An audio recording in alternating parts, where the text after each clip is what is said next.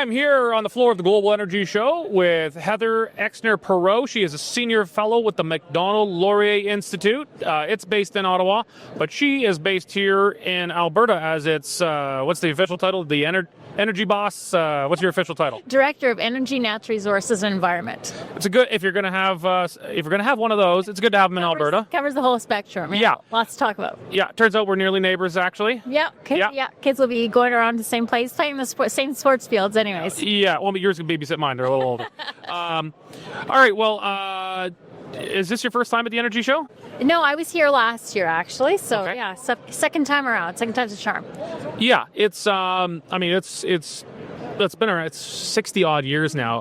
I would have really liked to be here like 60 years ago when it's just like a couple of roughnecks or something showing off their new pump jacks. I don't know, but it's this huge event now. We've got there's Korean nuke guys there, and there's hydrogen people over there. Yeah.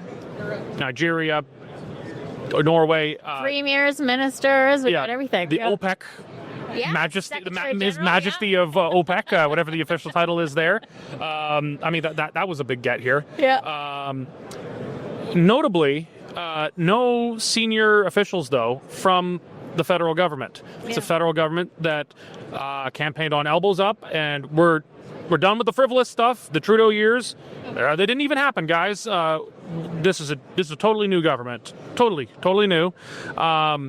And it's no nonsense. It's going to be one Canadian economy. We're going to get serious. We're going to do big projects again. But Prime Minister Carney not here. I was surprised to see Tim Hodgson, the new Minister of Energy and Natural Resources, not here. Yeah. The new Environment Minister who replaced Stephen Guilbeault, that would have been a harder sell. She'd have to have real thick skin to show her face around here. Stephen Guilbeault showed up, though. But Tim, are you surprised to not see Tim Hodgson here? Because he was here, spoke to the Calgary Chamber of Commerce just a few weeks ago, said the right things, I think. I think people walked out of that thinking, maybe they're serious. We're going to have to wait and see how the actions fit it. But are you surprised not to see him here, at least, trying to make a peace offering? Yeah, I wouldn't have been surprised to see him here. He'd be welcome here. I think he would. Certainly people have optimism about what he's saying and doing.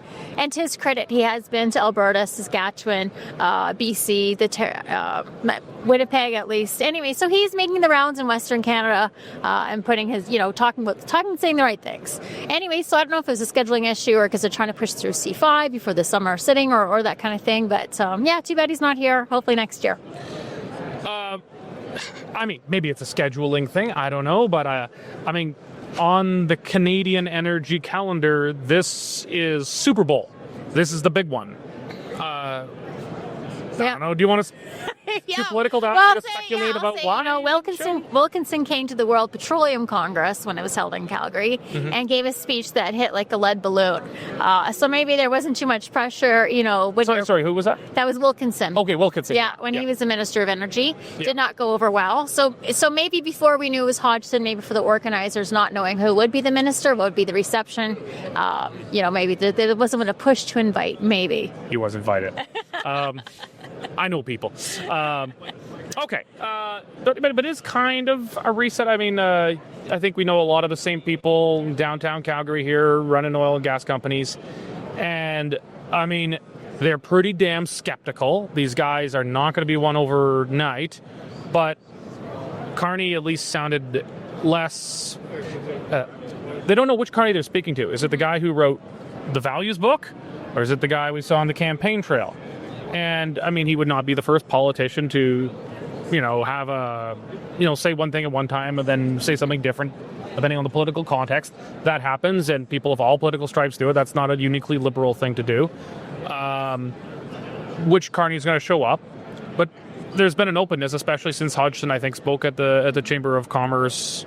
I don't know, what's the sense that you're getting from these guys about how serious the industry is taking the new I'm falling into their propaganda language. The revamped, re-elected Liberal government, how open to them are they right now, or how skeptical? Yeah. Well, I mean, trust needs to be built for sure. But I would say there's cautious optimism.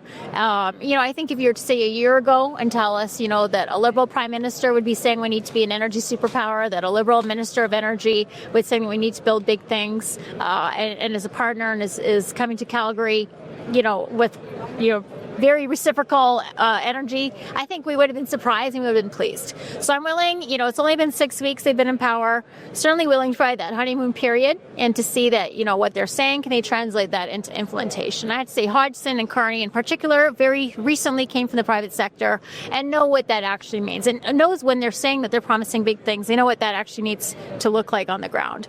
But at some point, the honeymoon will be over. At some point, some of the easier policy changes they could make will need to be made, or people will start to be skeptical. So I think at least until the fall, there will be a honeymoon, and after that, we'll need to see some results. So you said the magic word, or two words there, energy superpower.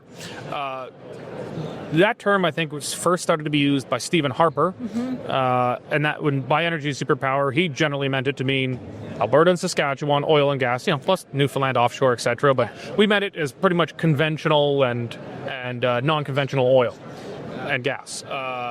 Mark Carney has, though, started to say it. Pierre Poilievre had been saying it. Mark Carney started to use this verbiage, and he is a bit more ambiguous about it. Sometimes he would elaborate and say renewable and conventional. Okay. He is, I think, proven to be a surprisingly good political communicator in saying things that avoid pissing off the broad mass of people. But eventually he will have to make decisions that will piss off people. Because generally you can't satisfy both groups at the same time. You're doing it wrong if you are. Yeah. How are you reading when Mark Carney says we're going to make Canada an energy superpower? How inclusive do you think he means on the oil and gas side? Because he generally avoids saying the words oil and gas. He has from time to time said the word conventional and renewable. Yeah. Well, I guess time will tell, but I will say, what is an energy superpower? It is someone who's able to use their resources and leverage it to advance their interests on the global stage. It's not the percentage of renewables that you use. It's not your emissions per capita. That doesn't make an energy superpower. And speaking of OPEC, who we have for energy superpowers today, basically where, there's consensus, Saudi Arabia, Russia, the United States. Those are energy superpowers. And China on the critical mineral side, you would say that they're also a superpower. In that they have enough market sway and dominance that they can, again, leverage to advance their interests.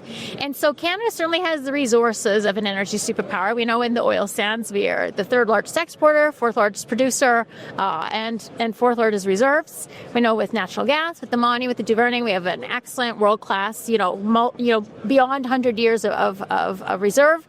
And we know in the Athabasca Basin, in Saskatchewan, we have uranium, again, the last decades, if not a century. So we have the resources, but we have never used it in a political way as a superpower would use it. We've never used it to advance our leverage and our influence in the world. Now, Carney is starting to say some things. They announced their G7 agenda, which was at least one of the three pillars was building energy security.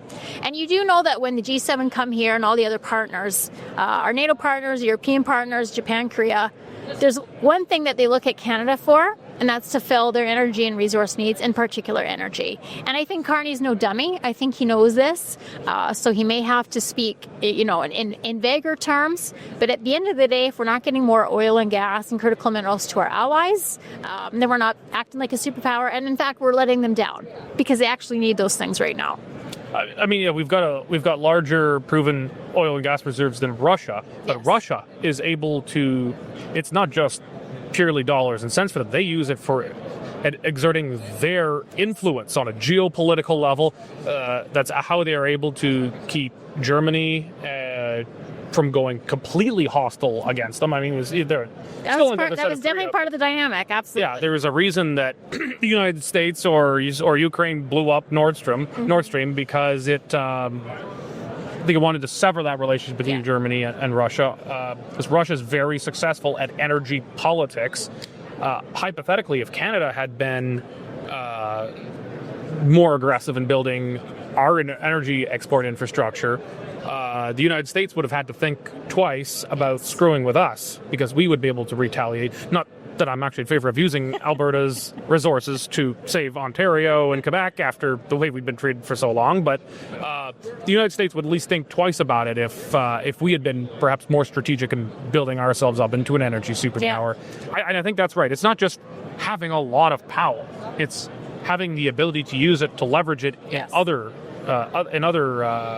streams of politics. Yeah, exactly. So obviously, you know, we allowed ourselves to be a junior partner in this regional context when we had the resources and, frankly, the exports of a global player. And so that was a mistake. And I think with Trans Mountain and very soon with LNG Canada, at least that will be recalibrated somewhat. But we should want to do more of that. We should want a Northern Gateway. We should want a Prince Rupert gas transmission. We should want more LNG. So we'll see if we do that. But, you know, again, when our allies actually need it, we were looking at shale probably production peaking. Even the EIA for the first time today, I saw, actually predicted 2026 shale peak. I think it'll probably come before that. But think in 10 years from now in a context where American oil production has declined, when we see that global demand and global population is still increasing, and which is the democracy that is going to be filling some of that global demand. It can't just be that OPEC and Russia just get more and more market share. We absolutely need to fill some gap. Some of this is just so necessary that I think it's inevitable that we will have to have a Northern Gateway. We'll have to have a Keystone XL one day. The question is how much money, how much pain, how much tears for us to get it. I don't know if that's optimistic or sad. It's such a Canadian thing. All right, well, thank you for your time. I appreciate your expertise, and we'll be seeing you around the show. Great. Thanks so much.